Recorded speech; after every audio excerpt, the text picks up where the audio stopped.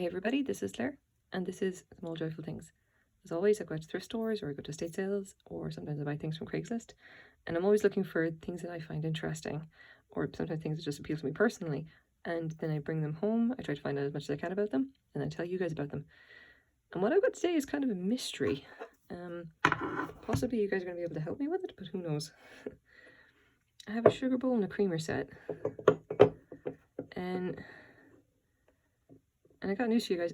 I cannot find any record at all of anything that even looks vaguely like this.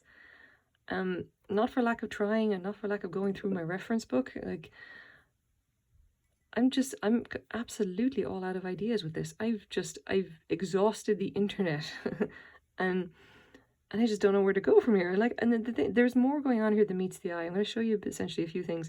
Like, this is obviously, it's a sugar bowl. This is the sugar bowl. This is the creamer.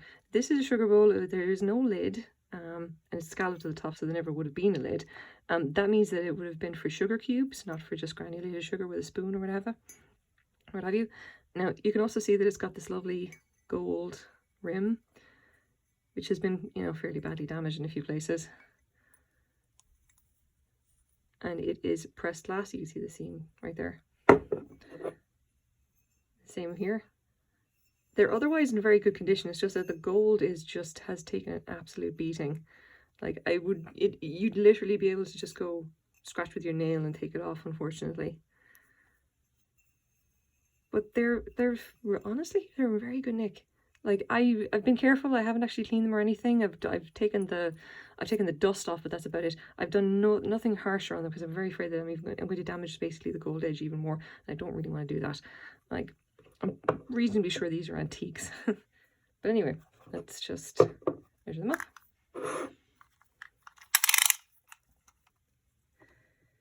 That one is about 3 3/4 inches high. And 4 1/4 inches across. That's from handle to spout. And then like just a little over, like 2 3/4 inches across. Now we do the same here. It's about the same, so 3 3/4 inches high. That's a little bit wider. That's like 5 inches across from the two handles. And then just over 3 inches, like 3 1/4 inches wide. Okay. Oh, come on. There we go. Work with me. So basically what we've got is, this is depression glass. It's too kind of representative of the style of depression glass to be basically anything else. And I'm going to try and show this on camera. No guarantees, I'm afraid, because it's very faint, but it's got a very odd looking fluorescence. I'm going to turn off my light here, and we're going to see if we can get it to show up. If it doesn't, I'm really sorry.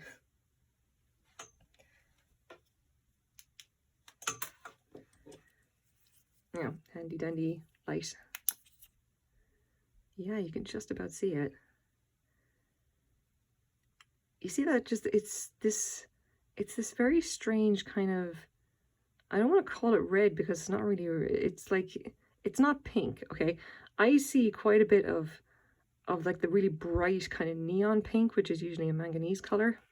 This is not what this is. This is more of a kind of a very deep red. You can see it a little bit better there. That is a really astonishingly pinky, like, it's more kind of a little bit more of an orangey red as opposed to the bright neon pink that I'd see in a lot of glass, especially the more modern glass. And it's so interesting to see. I mean, okay, showing that, I'm going to turn my light back on. There we go. Okay, so basically, here's the story. I was fooling around with my blacklight. Essentially, I changed the batteries on it. I was trying to get it to, like, my blacklight is not great. I have a new one on order, one that's going to hopefully be better. And I was just kind of messing about with it, trying to, testing it and trying to see if I could get the, trying to fix like basically the way the battery is put into the base of it. And like, I think it was probably loose or something. And I was trying to just, can I get the light to show up any stronger? Can I, because it seems like it's going through the battery very quickly, and it's, I use rechargeable batteries, but still. And I happened to just kind of just test it on a bunch of stuff. And I tested it on this, and the first thing I thought is that, like, you know, whatever, it's not going to really show up as anything. And I tested it and I was like, wait a minute, that doesn't look right. So I ended up changing the batteries again, and then switching off all the lights and getting the room as dark as I could, and then trying it again on the base. And I saw this amazing red glow. And I thought, what on earth have I managed to get my hands on here? This doesn't make any sense. It's like these don't look like anything. What in the hell what's a red glow? It's like, I know obviously about uranium glass. I have an idea of like what the different fluorescence will mean. Like the pale green that you get is, from clear ABPs. It's fairly straightforward. Uranium obviously like lights up like Christmas when you put it under a black light. And there's some stuff that you get familiar with it. You see like the bright neon pink if it's modern glass, that kind of thing. This was just something out of left field, and I was like, what could it possibly be? And I was completely lost with it for a while. I ended up going and putting it up on the glass collecting subreddit and just kind of asked, like, do you guys have any idea what this is?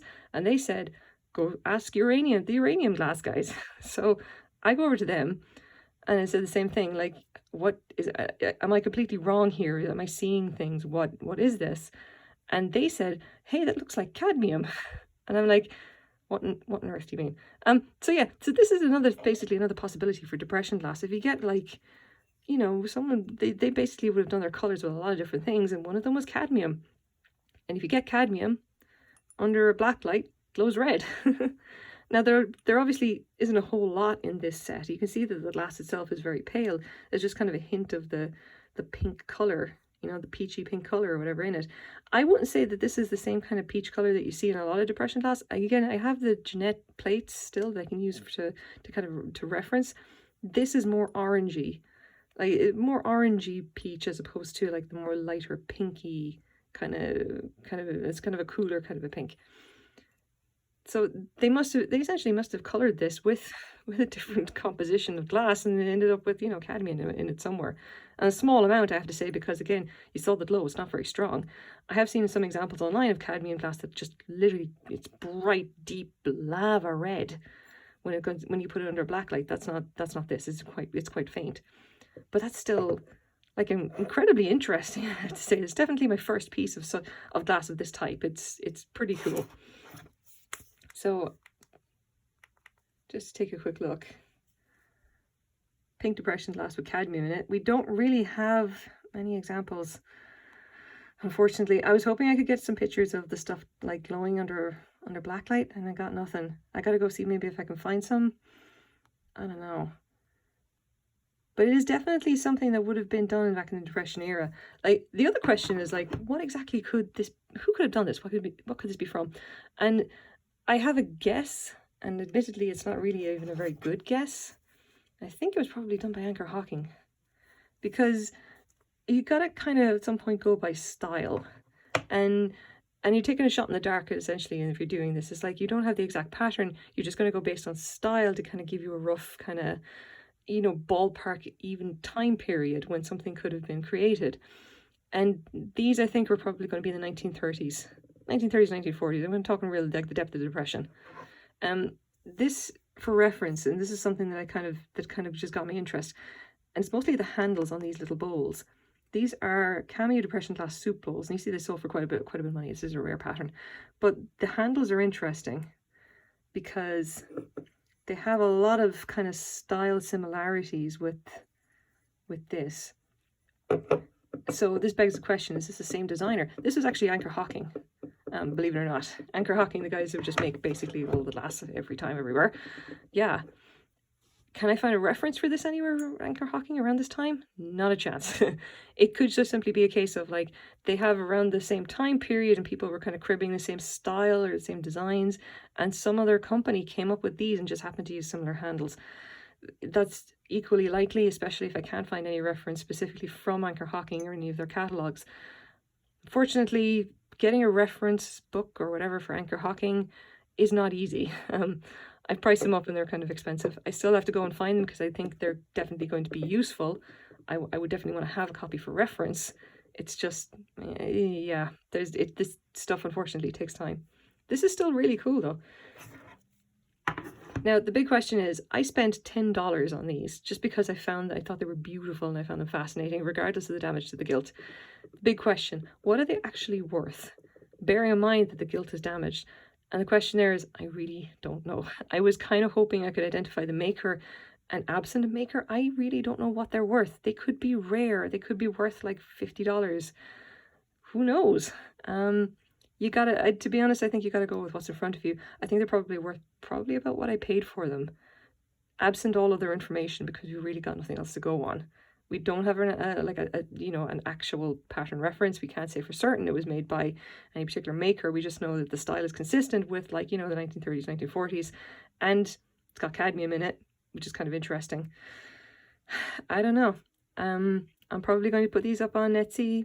I'll list them as being pink depression glass. I'll make mention of the fact that it's got cadmium in it, and I'd say I'll probably sell them for maybe $10 to $15 plus the shipping on top of that. You win some, you lose some, I guess. They're still really interesting. I'm definitely glad that I had a chance to see them, just so I could see the actual glow of cadmium myself personally. So, I'm going to chalk that up as a win anyway. So, here we go. This is my small joyful thing for the day. Thanks very much for watching, guys. Bye-bye.